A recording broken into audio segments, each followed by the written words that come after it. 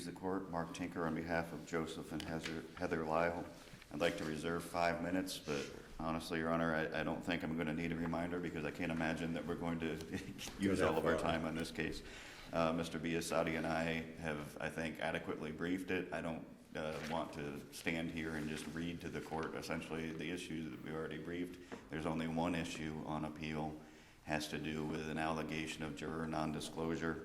I'm sure the court is very much aware with the test, the De La Rosa test, as far as was there a non-disclosure, was the non-disclosure the result of a lack of due diligence, and was the issue that was not disclosed material to jury service in the case. I'd just like to hit a few of the key points as far as what we have briefed for the court. I think I'll do them in that order as far as the way that the test is laid out, but I think those are kind of in inverse order of importance as far as the way I view it. But as far as whether there was a non-disclosure, we had three evidentiary hearings, or 3 hearings, one of them an evidentiary one, two of them evidentiary. And the trial judge at the conclusion of this case outright stated, I can't decide if this is the same juror that you brought me these records. I don't know if this is the same guy. And there were discrepancies, that was the issue, there were discrepancies in the identification of this juror. His name was Greg Bernett. Some of the records had a Greg with 2G, with 1G.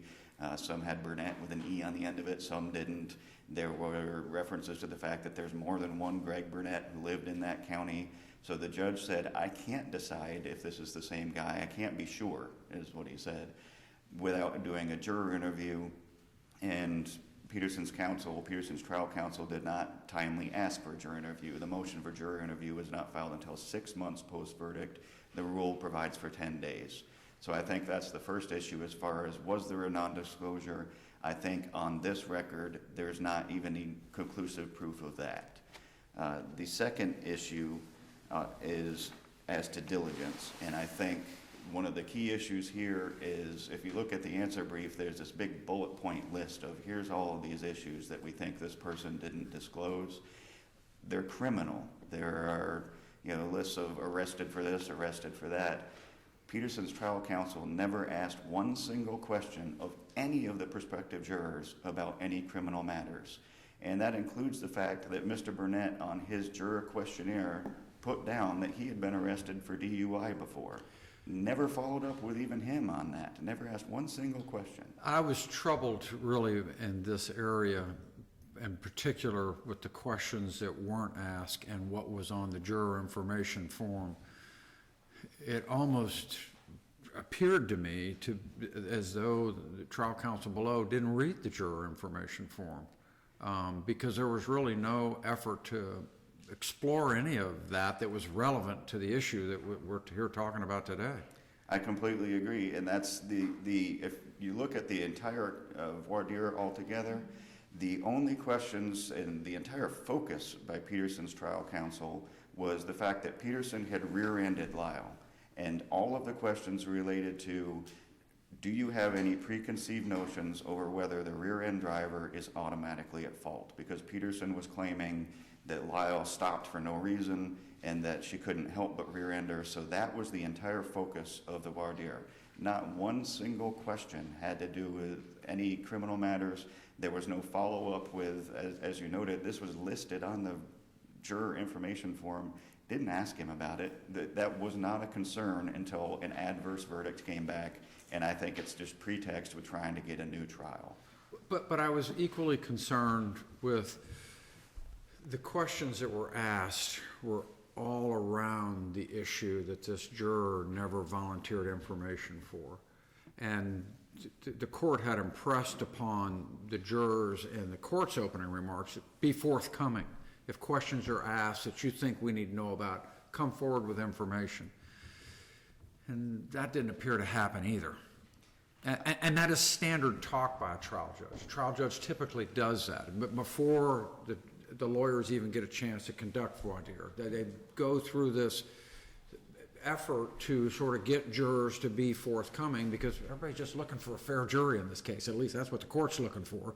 The parties are each looking for a jury that they think is going to be related to them. And I was troubled I mean, clearly the context of the questions to to the panel would cause an ordinary person to say, you know, you probably need to know this about me. And that just didn't happen. And I have to agree with that, and that, I think that leads to what, in my view, is the most important part of this case, is the materiality prong, which... Well, and you also have the suggestion that this Greg Bernett, who served on the jury, might have been absolutely open and honest. Because we don't know whether we don't know if it's the others same person. Correct. Was there evidence that there was any Greg Bernett in the county who didn't have a criminal history?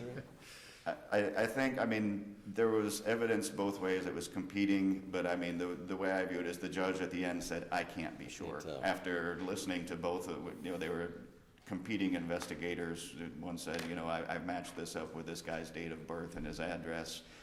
The other one said, well, I can't be sure because of the misspellings, and this could be a different Greg Bernett, and we found more than one Greg Bernett. But I think the key to this whole case, and like I said, I was kind of going through the three issues of the De La Rosa test in inverse order. The key is the materiality prong. And that the test there is that the information has to be something that in all likelihood would have led to the use of a peremptory challenge. And of course, you know, once a verdict has gone against them, the complaining party is going to say, "Oh, absolutely, this would have been material. I would have excused this juror." But you have to look at the objective evidence in the record, and that first of all ties in with what we were just talking about as far as the criminal issues. Listing all of those criminal matters, if counsel didn't ask one single question of any of the prospective jurors about criminal matters, I don't see how you can say that would have in all likelihood been relevant to their jury selection. But the other thing is, if we look at what we outline in the brief, there are three jurors that I think kind of spell out what was important here. And like I said, the only thing that was important was, do you have any preconceived notions about, you know, fault with a rear end accident? But if you look at Peterson's trial counsel, at all times agreed to juror Mama. She was one of the first ones on the prospective panel. And that's despite the fact that Miss Mama had been rear-ended multiple times. So that would align her with Lyle. She's been hit from behind, and of course would, you know, not be happy about being struck from behind. She'd been hit from behind multiple times. And she also had a daughter who was killed in a car accident. So she's had a lot of accident history, and her own personal history with aligner with Lyle. Peterson's trial counsel at all times agreed to her, never once struck her, even though she was on the prospective panel the whole time. Juror Luzon said he had an accident history where his quote was that somebody ran a stop sign and blasted into us. Again, a severe accident history. Peterson's trial counsel did not have a problem with him being on the jury. But I think most tellingly is Lyle's counsel used all of the peremptory challenges. Peterson's counsel had one left, decided to strike a prospective juror who had no accident history whatsoever in order to move Miss Merrick onto the panel, and she is someone who had been rear-ended. Again, something that would align her with Lyle. She'd been hit from behind as opposed to Peterson. This was not a concern. And I think in comparison to those jurors, Juror Burnett, the juror at issue, one of the complaints is that he had struck someone from behind. And again, that would be something where he hit somebody from behind. Presumably he would not want to think that he was at fault for doing that. Again, would align him with Peterson's side of the case as opposed to Lyle's. So it's only post-trial, now that there's been an adverse verdict, that this has become a complaint. That was not a concern, and I think ironically, the one conversation that Peterson's trial counsel did have with Juror Burnett asked if he had any preconceived notions about the case or about fault, and he gave the response that counsel would have wanted and said, no, I don't have any preconceived notions. I gather this was a rear-end accident. I'm going to have to hear the evidence before I make up my mind. That would have been the answer, even if any of this stuff had been disclosed and there was follow-up to it, if there was diligence, that would have been the answer that counsel was looking for, and that wouldn't have led to any disqualification.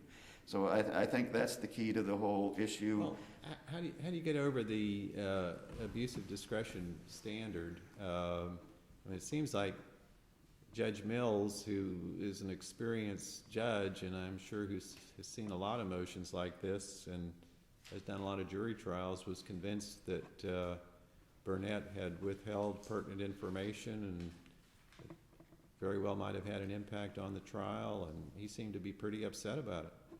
Well, I agree with the upset part, but this is where I differ with that interpretation of it. And this is one of those things where, not being at the trial, but reading the transcript, there are some times when you can look at a transcript and you can really get a flavor for what's going on. You can read people's emotions through even a cold transcript. This went through 3 hearings. This was a year and a half post-trial when it went to this final hearing. There had been 2 evidentiary hearings. They kept running out of time and having to come back and reset these things. But you're not addressing the abuse of discretion standard. That's what you got to get over. I agree, and that's where I'm going with it. As I think the judge, when it got to the end, like I said, the judge said, I can't even be sure if this is the right person.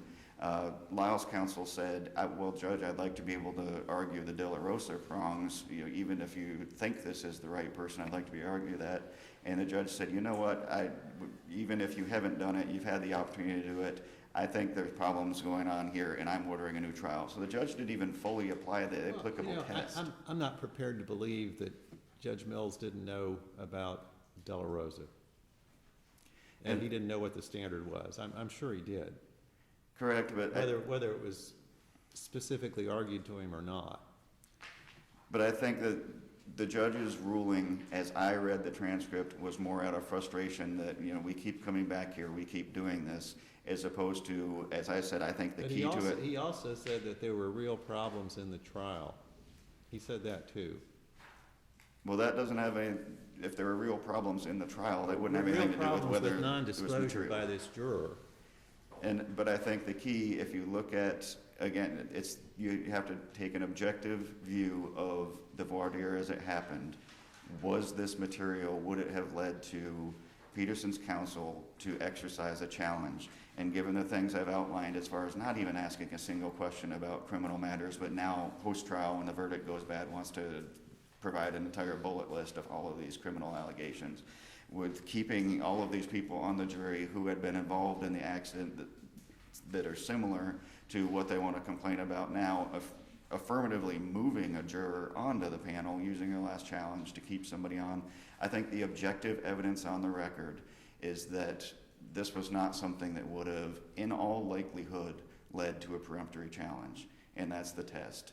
So whether the judge wants to veto a verdict that was unanimous by all 6 of these jurors by saying this is something that I think in all likelihood would have led to a challenge, when it didn't lead to a challenge of any single one of those 3 people, and in fact, like I said, affirmatively moved one of them onto the jury, I don't think that the objective evidence on the record supports that decision.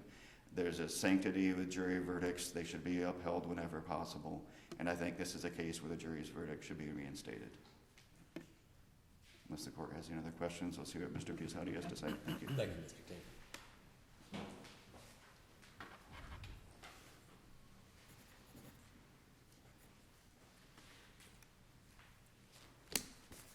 May it please the court, Robert Piasati representing the plaintiff and the appellee.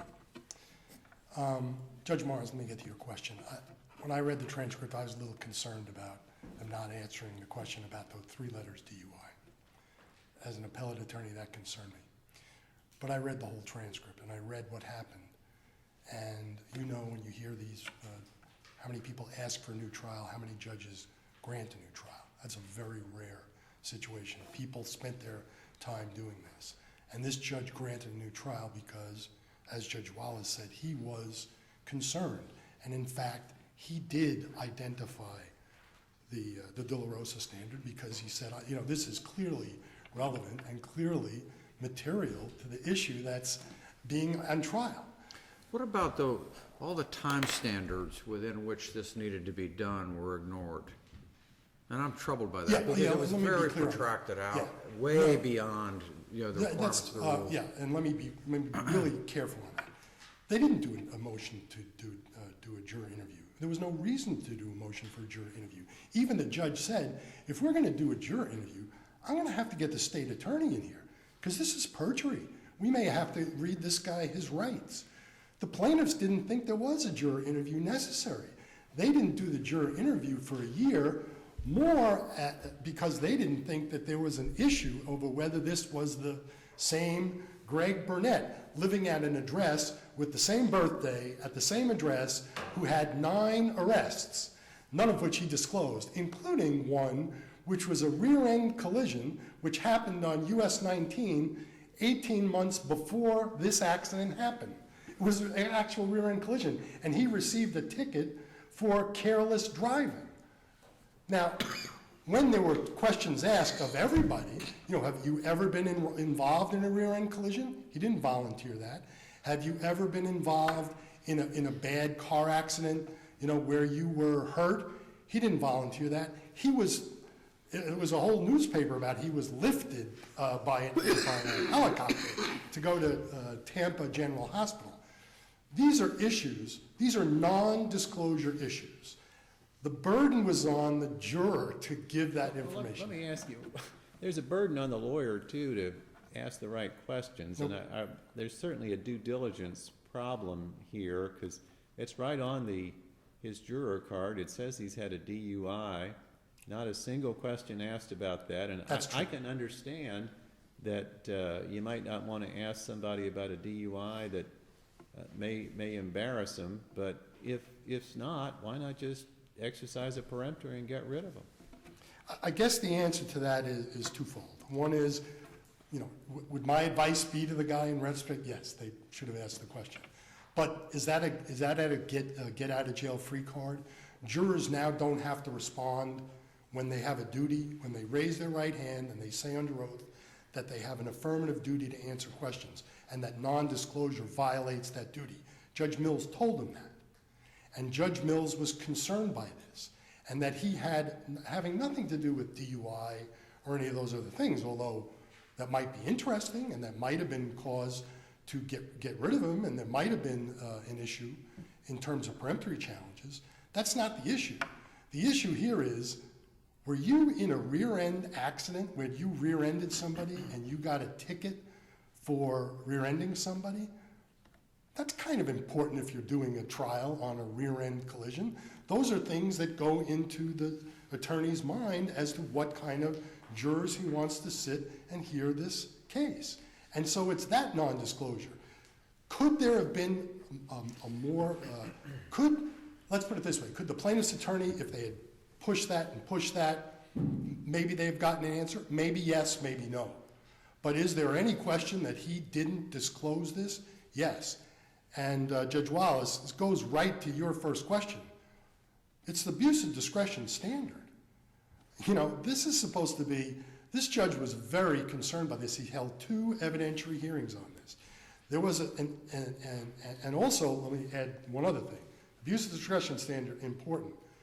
The judge spent time on this, and I think this is in our brief.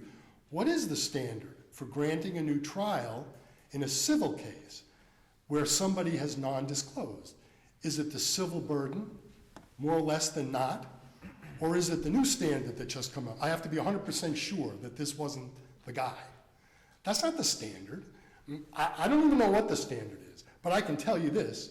This judge did not abuse his discretion when he found that this man didn't provide full information to the lawyers about his conduct as a juror. He became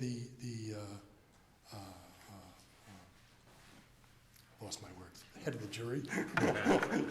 Jury foreman, thank you. Sometimes I miss words. And he controlled this. There are some issues. If you read the transcript, I don't have the exact page, but the judge was actually concerned with this juror. It's towards the end of the transcript in volume 9, where he said, the man seems like he's fallen asleep. I've kind of looked at him, and there was some discussion of this juror. There's also a thing in the transcript where he rendered a question. He wanted to know if they got a ticket for this rear-ending. And the judge said, well, no, we can't answer that question. And he's the only juror whose name, if you read the transcript, his name is actually in the transcript as asking a question from the juror box, which is very unusual.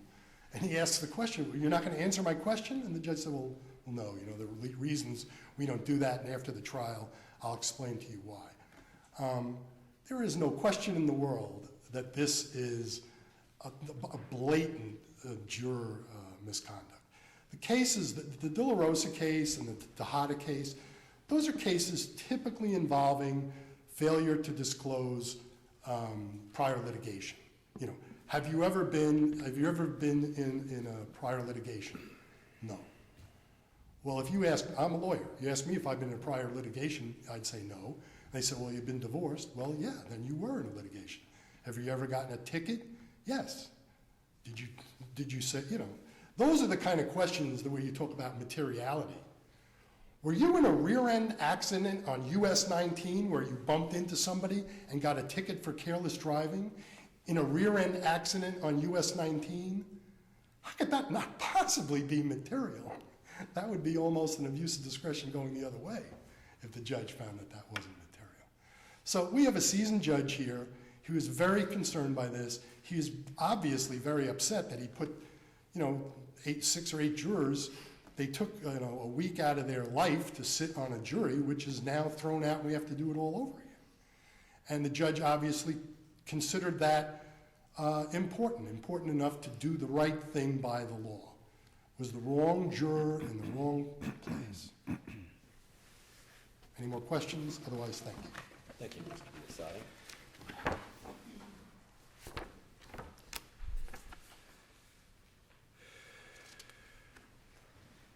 Just briefly, a couple things. First of all, I'm not sure that it's particularly important, but I want to make sure that we're being factually accurate. As far as Juror Burnett, he was not involved in an accident on US 19. I know this accident in this particular case happened on 19, and that's been, you know, part of the argument. The testimony, or the actual evidence that was provided by their private investigator was that he was involved in an accident off of US 19, which was apparently on an intersection near US 19. He was on Martin Luther King Street. It was the accident. So I just wanted to make sure that that was factually accurate, but like I said, I don't know that it's particularly relevant to the inquiry today. The only thing that I'd like to reiterate is, as Mr. Biasotti said, he said, well, of course, counsel would want to know, have you been in a rear-end accident? That question wasn't asked. What was asked was prospective jurors Riley and Gallagher described accidents they were in where they sustained permanent injuries, serious permanent injuries. And the question was, quote, has anybody been in an accident like this?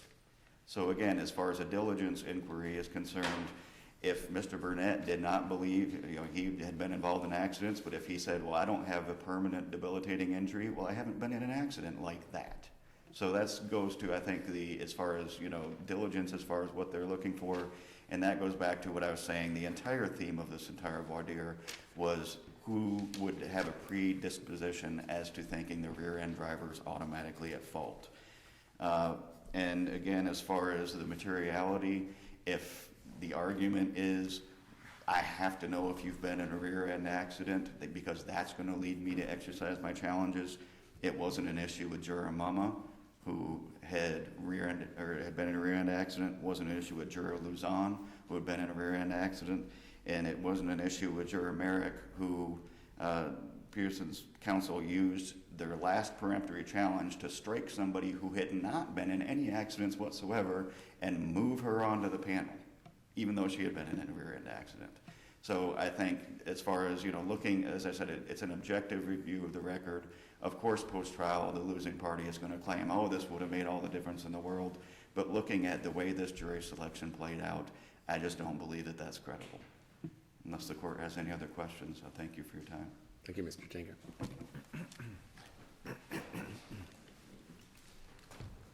Okay, the next case is Smart versus GeoCare.